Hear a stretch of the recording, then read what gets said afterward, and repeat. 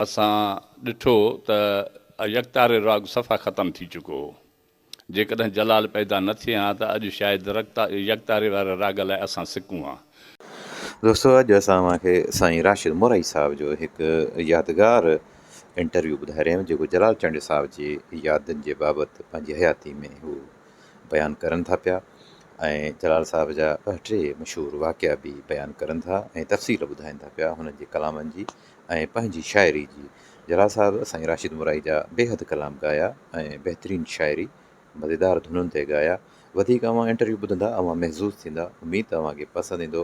अवां पंहिंजा कमेंट्स मोकिलींदा ऐं चैनल सब्सक्राइब कंदा। यूट्यूब ते अब्दुल अज़ीज़ चाचड़। उस्ताद बुखारी अचरज में ॿुधायो त लंडन जहिड़े शहर में उस्ताद बुखारी सुञाणे पियो जलाल जी महरफ़त त इहा बि वॾी ॻाल्हि छा त 10,000 केस्टूं हुन कयूं। तव्हां हिकिड़ो चांडियो हिन वटि आयो त मूंखे सहरो संग नथो ॾिए, चवे थो त अवल जलाल चांडीअ जो राॻु कराए त पोइ मां तोखे संग ॾींदुसि।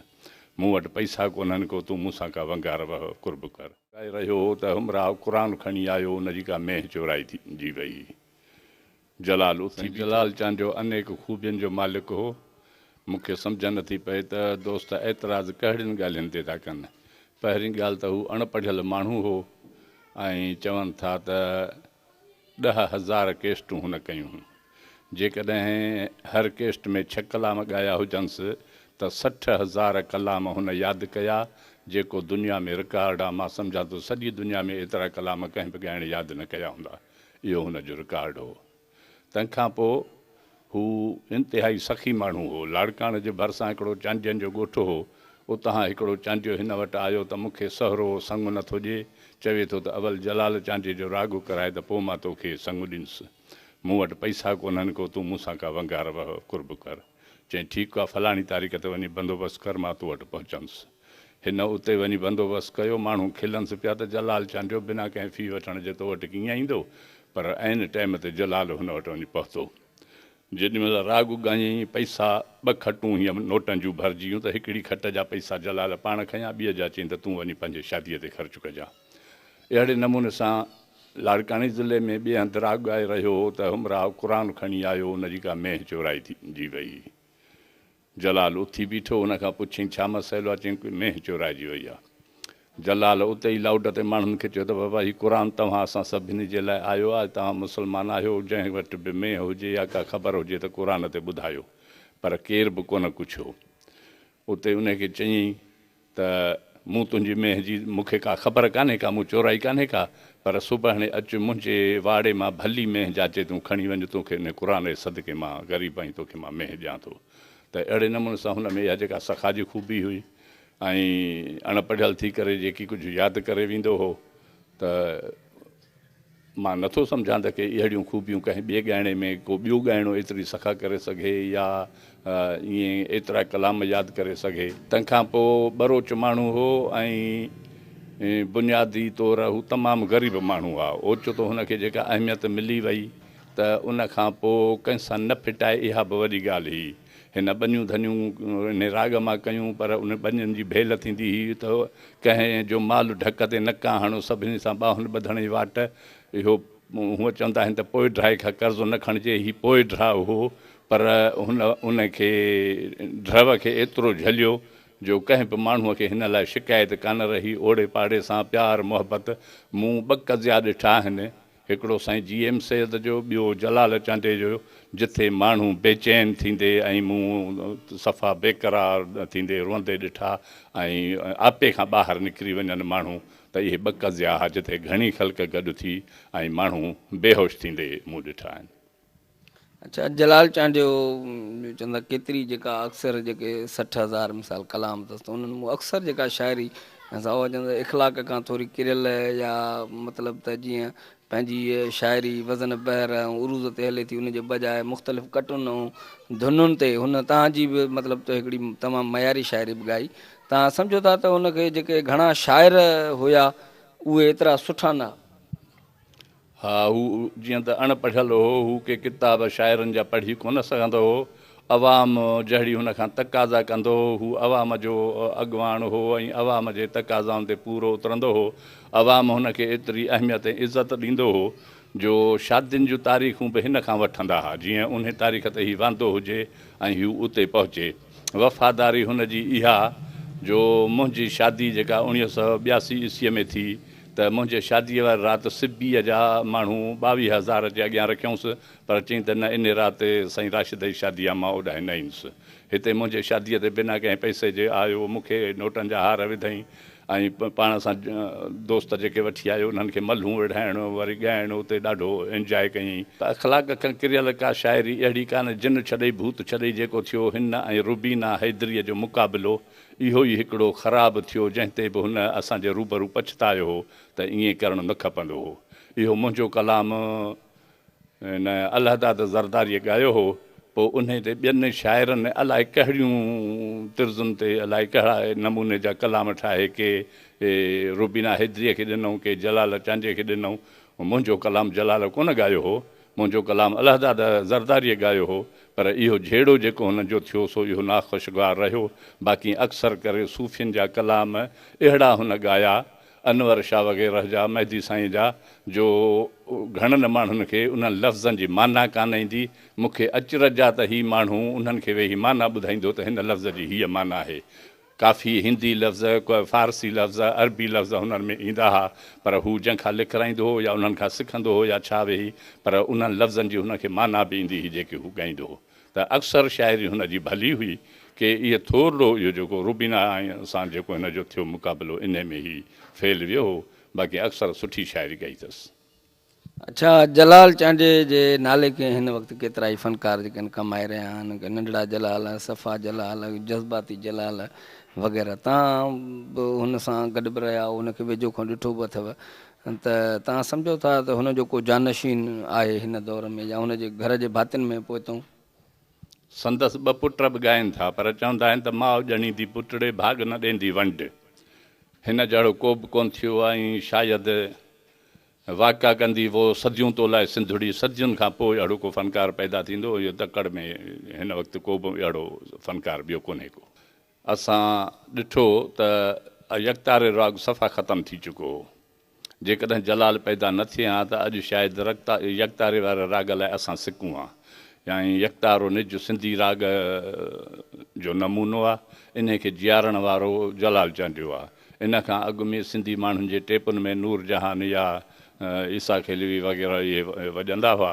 इन्हनि सभिनी खे बुंजू अचे ॾिनो जलाल, ऐं जलाल एॾो मक़बूल वियो जो पठाण ट्रकुनि में या गैर सिंधी माण्हू, मूं वटि पंजाब खां, सराइकी सूबे खां केतिरा माण्हू अहिड़ा आया जिन वटि जलाल जा सिंधी कलाम सवें यादि हुआ। मूंखे एतिरा कलाम पंहिंजा यादि कोन हुआ जेतिरा उन्हनि पंजाबियुनि खे मुंहिंजा कलाम यादि हुआ त तव्हांजा ही कलाम जलाल ॻाया आहिनि। त एतिरो मक़बूल वञणु ऐं एतिरो सिंधी ॿोलीअ खे ॻाइणु, एतिरी सिंधी धुननि खे मक़बूलियत ॾियणु। ऐं सम्झां थो त उस्ताद मंज़ूर अली ख़ान असां में सिंध में वॾे में वॾो गवैयो हो, पर कलाम इहे ई 10-12 सॼी ज़िंदगीअ में ॻाया अथसि। ऐं सम्झां थो हुनखे वधीक धुनूं ॻाइणियूं खपंदियूं हुयूं, वधीक कलामनि खे धुनूं ॾियणु खपंदियूं हुयूं। ॿियो न तॾहिं बि शाह जे रिसाले में जेके शाह जूं मायूं आहिनि उहे सभु ॻाए वञे हा त बि सिंध ते अहसान करे वञे हा, पर हू न करे सघियो। अॼु आबदा परवीन वॾी ॻाइणी आहे, पर चंद कलाम आहिनि उन्हनि जा बि उस्ताद मंज़ूर अली ख़ान वांगुरु। ऐं हेॾी सारी सिंधी शाइरी आहे, हेॾो सारो शाह आहे, हेॾो सारो लतीफ़ आहे, हेॾो सारो मिसरी शाह, इहे इन्हनि खे केरु ॻाईंदो त जेकॾहिं सिंधी ॻाइणा न ॻाइनि त। पर इन्हनि सभिनी खे ॻायो। ऐं नथो सम्झां त को सिंध जो अहिड़ो ॻाइणो रहिजी वियो हुजे जंहिंखे जलाल चांडे न ॻायो हुजे। जलाल चांडियो उहो माण्हू हो जो फ़क़ीर जेके हुआ शाइर, मिसाल ही हो असांजे ज़िले में ग़ुलाम हैदर गज्जू, त इहो ग़रीब माण्हू हूंदो हो। इहो जॾहिं जलाल खे कलाम ॾियणु ईंदो हो त 200-300 रुपया बि ॾींदो हुउसि, हुन खां कलाम बि वठी ॻाईंदो हो। पर मूंखे सॼी ज़िंदगीअ में मूं इज़त कमाई आहे, हू बि इज़त एतिरी ॾींदो हो जो मां पंधु पियो वञा, हू कार में अचे मूंखे ॾिसे त कार पासे ते बीहारे लही ऐं नियाज़मंदीअ सां मूंखे मिली ऐं ख़ुशताज़ी करे पोइ वरी गाॾीअ में चढ़ंदो हो। त मुंहिंजे लाइ इहो हुनजो मुआवज़ो काफ़ी हो। बाक़ी जेके अहिड़ा ग़रीब हूंदा हुआ त उन्हनि खे हू मुआवज़ो ॾींदो हो। अच्छा, ऐं तव्हांजी शाइरी जेका मतिलबु लिखत में हूंदी उनखे कीअं यादि वग़ैरह कीअं कंदो? हुन सां जेके साज़ींदड़ हूंदा हुआ, उहे पढ़ियल हूंदा हुआ, उहे हुनखे यादि कराईंदा हुआ। मूंखे हुन जे हाफ़िज़े ते रिश्क थो अचे त हाफ़िज़ो हुनजो गज़ब हो। इहे 60,000 कलाम यादि करणु इहो हिन जे हाफ़िज़े जो कमाल हो। ऐं नथो सम्झा त को सिंध में ॿियो एतिरो को हाफ़िज़े वारो ॻाइणो हुजे।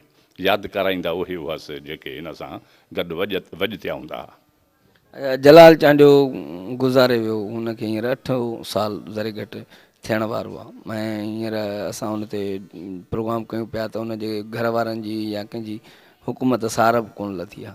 तव्हां छा था सम्झो था जलाल जो जेको म्यूज़िकल स्कूल ऑफ थाट आहे ऐं उनखे बचाइणु घुरिजे या कोई उनजे लाइ कुझु करणु घुरिजे त छा थियणु घुरिजे? साईं, हुकूमत करण ते अचे त घणो कुझु थी सघे थो। जलाल जे नाले ते का अकेडमी क़ाइमु थी सघे थी। छा हो त हुनजो औलाद भाउ इहे सभु अणपढ़ियल हुआ, तंहिंजे करे हुननि खां कुझु बि न थी सघियो आहे। ऐं मोरे मां लॾे वियो, जेकॾहिं मोरे में वेठो हुजे हा तॾहिं मां सम्झां थो त मोरे में अहिड़ो अदबी माहौल हो जो जलाल खे खणी वठनि हा। पर हू मोरे मां लॾे वञी फुलनि जे शहर में वेठो ऐं पोइ उते हू ॼण त दफ़न थी वियो आहे। हुनजी ओताक जे आॾो हुनजी क़बर आहे। 2-3 वर्सियूं हुनजे औलाद पहिरियां कयूं, पर हाणे उहो बि सिलसिलो ख़तमु थी चुको आहे। उस्ताद बुखारीअ हिकिड़े दफ़े ॿुधायो, लंडन वियो इलाज जे सिलसिले में। सो उते चई त मां अकेलाईअ में बोरियत महसूसु कई। सो उते पुछियुमि त हिते को वेझर में सिंधी कंहिंजो घरु आहे? मूंखे ॾसियऊं त फलाणे हंधि आहे। मां उते वियुसि, वञी घिंटी हयमि। माई निकिरी आई, पुछई त छा आहे? त मूं चयोमांसि अदी मां उस्ताद बुखारी आहियां, सिंध खां आयो आहियां। मूं कंहिं सिंधीअ जो घरु जाचियो त जीअं मां विंदुर जे लाइ उते कलाक अधु उन्हनि सां कचहरी करे सघां। तव्हांजो को वारस या छा? चई उस्ताद बुखारी कहिड़ो जंहिंजो कलाम जलाल ॻाईंदो आहे। उन कलाम जो बि हुन 2 सिटूं ॿुधायुसि। चई त हा उहो। त उस्ताद बुखारी अचरज में ॿुधायो त लंडन जहिड़े शहर में उस्ताद बुखारी सुञाणे पियो जलाल जी महरफ़त, त इहा बि वॾी ॻाल्हि हुई। हालांकि उस्ताद बुखारीअ जो पंहिंजे जाइ ते वॾो नालो हो, केतिरा ई किताब उस्ताद जा छपिया आहिनि ऐं काफ़ी ॻायो वियो हो, काफ़ी मशहूरी हुई उस्ताद जी। पर लंडन में बि उस्ताद बुखारी जलाल चांडीअ जी महरफ़त पियो सुञाणे। हिकु दफ़े गर्मियुनि में मंझंदि टाक जो उस्ताद बुखारी मूं वटि आयो। मुंहिंजो साईं ख़ैरु त आहे, हड़े तते ॾींहं में निकिरी पिया आहियो। चई त उस्ताद जलाल खे कलाम ॾियणु आयोसि त ॻाए। ऐं मूं चयो त हाणे भाव खां थींदो वञा। मुंहिंजो साईं सीड़ जी कलाम ॾियणु आयो जलाल खे।